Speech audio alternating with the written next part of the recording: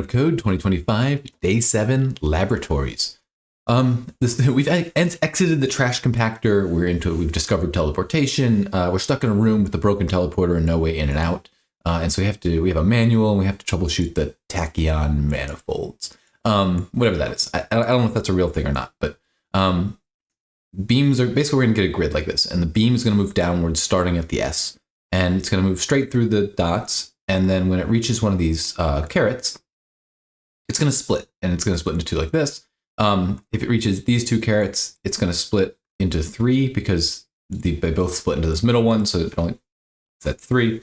And you can, waterfall this all the way down and get the beams coming out the end. And for part one, we're supposed to count how many times it splits. And I found this a little bit confusing, like just how to count it. But it literally is saying how many times does it. They don't define what a split is or anything in here, but a split is when a beam hits one of these. And there's actually 22 splitters in here, but you can see this one right here, no beam hits it. So it doesn't split there. So it's really just how many times does a beam run into that. So I expect part two is going to get challenging, but I don't think part one will be too bad. Let's give it a shot. We'll do the Gen Day script. I go over exactly how this works in day one, but basically it pulls the input for me, creates it in a stub, and gives me a space to store the example. Speaking of which, we got to grab the example. Oop, not that one. Here we go. Go here. We'll open up that. Boom. That looks good. Let's check out the input and see what it looks like. Unsurprisingly, it is much bigger. But 140 rows, not too bad. I think part one will be easy. I expect part two is going to get challenging. Let's go ahead and try it.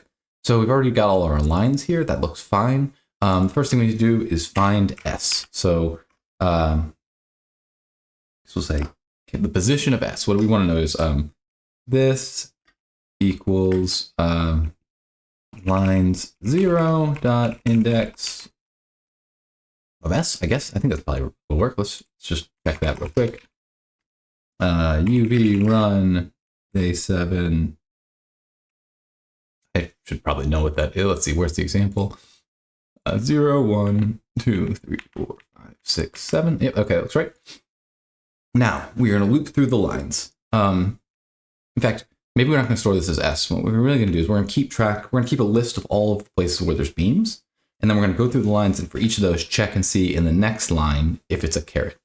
So we'll say beams is equal to this. That. Just make call this beams, not beans. So now we get a list. Okay, perfect. And now we can say for line in lines 1 onward, because we already checked. We're going to say for beam in beams. And we better come up here and say next beams is equal to that. I wonder if we should make this a set. We should probably make this a set. That'll help us when we have convert the beams that are the same. And so then we can say for each beam, if line sub beam is equal to caret. Let's do dot first. This will be easy. Next beam sub add beam. If line sub beam is equal to caret. What are we going to do? We're going to add next beams. I wonder if we have to worry about going off the edge. I don't think so. No, there's a dot on the side there. And there's a dot. So we're good. We don't have to worry about going off the edge of our grid space. Beam -1. We're going to need to convert these to ints at some point. So let's do that. Int. Oh, that's already an int. Never mind. We're good. Can I add two things into a set? I don't know. Python x equals set x dot add 1 x dot add 2 comma 3. No. Can I x dot add 2 comma 3 like that? No. Okay. I'm sure there's a way to do it, but we're just going to go for next beams dot add beam plus 1. And better come up here and do part 1 equals 0. Down here, we can say part 1 plus equals 1. And I mean, is that it? Are we, in theory, we might be done. Let's see. 3, that is definitely not it. 3 for each beam. Oh, okay, hold on. So after we do all of that, we're going to say beams is equal to next beams. And we get 21. I think that was right. So what if we do our puzzle input here and we get 1533? 1533. Boom, we got it. Let's go read part 2. All right, for part 2, we are figuring out like the total number of possible ways that a beam could go. So if a beam went through and each splitter has possible route, we're figuring out the total number of possible routes through this maze or through this manifold. So you can go all the way down the left, it can go all the way down to the left and then go right. It can go, so each of these things is generating all possible paths. And so in theory, if it weren't for the ones where like 2 beams combine, we could just literally count the number of beams that come out at the end, because those will be all the paths. But because sometimes the beams combine, we have to take that into account. And so in the example, we now have 40 different paths that we can do. So I think I'm not totally sure how we're gonna solve this yet, but I think all we have to do for this is keep track of the number of beams that reached a spot. And then, so like if 2 beams reach a spot, then we'll, if there's a split and a 1-to-1 reach there, then that just becomes 2. And we just add together the total number of beams that can reach that spot. So we're going to give that a try. And what we're going to do basically is we're going to, instead of keeping beams as just a list, in fact, we could actually do this now. If we change beams into a dictionary, I'm going to do beams 2. We probably can simplify this at the end to just be one thing. So we want this to be lines sub 0 dot index of S colon. Can you do it this way? I don't know if this works. Colon 1. Does that work? Beams 2. Beams 2. Yeah, I guess that worked. Can I do beams 2 of 7? And get 1. Sweet. Okay, so we got beams 2 there. And so now when we go through here, for each, let's see, so 4 beams in, I think, I just want to try this. I think this might just work as it is. Oh no, beams 2 is not defined. Where, oh yeah, hold on. Oh yeah, it worked. So what this is cool, what we did was we're basically commenting out our old beans here, and we're now setting beans to be a dictionary. But the cool thing is when we loop over beams here, we're just going to get the keys in this dictionary, which is just 7.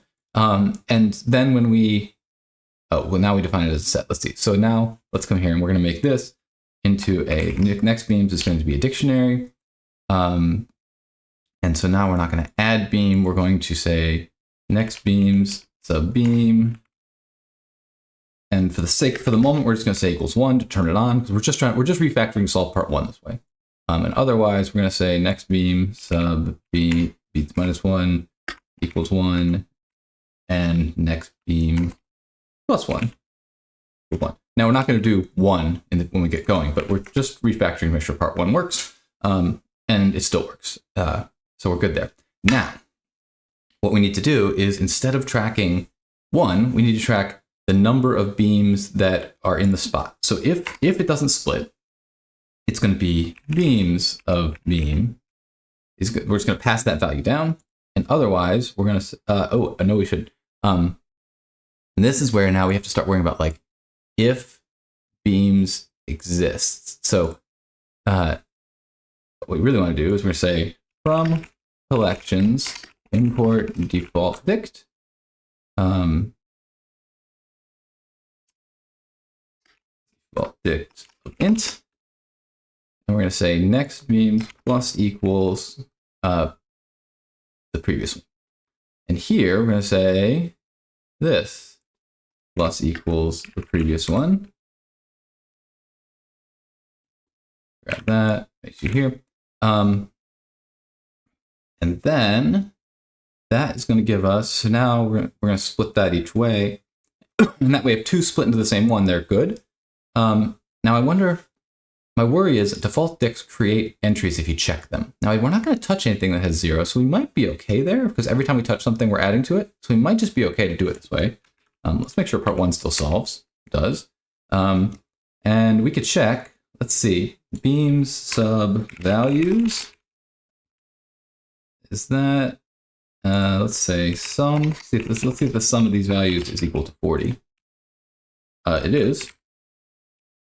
We got a value very fast. Let's check and see if it works. I wasn't expecting to have solved already, but let's just talk this through again. So basically what we're doing is, in part 1, we just have to check how many times it splits. And we already got the infrastructure to check the splits. In part 2, we just have to keep track of, again, if everything, where's my example input? Let's make, I'm just going to doodle for a second here. If everything, let's go right here. So if we were to work this down, we'd have one beam coming here. The total timelines in this one go down would be 1, 2. So if we go left, left, left, right, right, left, and right, right, and the total beams there would be 4. And we'd see 3 beams at the bottom. We're going to have one here, here, and here. But this one is 2 because there's 2 different ways to get there. And so we just have to keep track of that that's 2. And so what we're doing is we're adding the total possibilities to get there. And so then later, if this one splits, there's 2 ways to get there. And there's, you know, if we were to have, let's see, this one dot this, so this would be a pipe, this would be a pipe, this would be a pipe, and then we do dot, dot, dot. So you see, these would each have 2 ways to get there. Because there's 2 ways to get here, and then so there's 2 ways to get here and 2 ways to get here. So this whole total will be 1, 2, 3, 4, 5, 6. So we go left, left, left is 1, left, right, down, left, right, left is 1, right, left, left. So that's another way to get to the same one. So that's why it's a 2, etc. So we worked through that. And so all we're doing is just keeping track of the number of beams that reach a certain spot. And so we do that with the default dict, because the default dict will store 0 at a spot. And oh, in fact, even if there was 0s there, it wouldn't matter because we're doing a sum. So if the default dict is going to store 0s at a spot, we can just add the number of beams to it from the previous one. And when it splits, we add that twice. And that's how we get beams. Cool. Let's go ahead and create, let's make a new terminal here. And we'll make Claude, open up Claude, and we'll say, see how Claude can do it. So we'll do AOC7. And haven't found yet that this is yet to be too slow to just talk through. So let's see what it does. It's trying to make the directory. The directory is going to already exist. Is getting the puzzle, it's getting the input. It's going to tell me in a second that it sees it's already solved. Yep. Let's write a solution, see if it works. It's reading the input. It is trying to write the example text. It's failing. That's okay. Hopefully it just keeps going. It sees it's already there. It already exists. Let's write the solution. Cool. And again, if I was optimizing for speed, I would tell it, I would write my code that I have not, that I will make a video at some point showing you how I've got my Claude set up here. But I would write my code to do it differently there. Anyway, but we're not optimizing for speed. So it has a solution and it has failed on part 1, which is interesting because it got the harder problem right and somehow failed on part 1. Now it's making changes. Please tell me it's not asking. Yeah, okay, it's making changes. You can see it changes. Oh, it got part 1 right now. We might want to look through and see how it screwed up part 1. Let's see, total splits equal to count. Interesting. Well, I got it, and it recorded the time, and 63 seconds. Not too bad. Faster than me, because this video is longer than that. Let's take a look at Claude's solution. I realized, let's see. I want this. I wonder if there's an easy way to do this. I realize I might be talking under my face in some of these. So I'm going to don't save this. I'm going to don't save this. I'm going to open to the side. I'm going to come here and open Claude here. Yeah, there we go. Let's make you in. And now my solution might be a little bit under the face, but you've already seen my solution. So cool. My solution is shorter than Claude's, about half the length. It's going to open it and it's going to read the lines in. Fine. It gets the length of rows and columns. It loops through and finds the starting column. That's way more verbose than my simple one, but okay. Okay, so it is making a set just like we did for part 1. It's looping through, and if it's there, it counts the splits and it adds to the new thing. Else, it's doing exactly what we did. So that's cool. Now they just made a whole new loop for part 2. I did it in one iteration. The timelines is equal to start column as 1. Okay. Oh, and they did it just like we did. Just like they've got a dictionary here now, and they're looping through, and so instead of using default dict, this is probably that is just as clean. Honestly, they're using dictionary.get for the previous value, and if it doesn't exist, then you get a default value of 0. That's just as clean way to do it. And it's adding count to it, so that works fine. And it's got one dictionary so we kept only the dictionary of the current row, and we just net beans equals next beans at the end, versus it is just keeping a dictionary. Oh no, I take it back. It's doing the exact same thing. So Claude solves it the same way we did. Awesome. Cool. We're gonna call it here. This one, I will say I had to stop and like really thinking, like get out my paper and like start scribbling down examples on this one between while the video was paused to see if I could work out exactly what we were trying to do. But once we figured out what it needed to look like, this is a relatively simple solution. So we're through 7 days of Advent Code. There's only 12 this year, so 5 left. We'll see if they start getting tricky. See you tomorrow.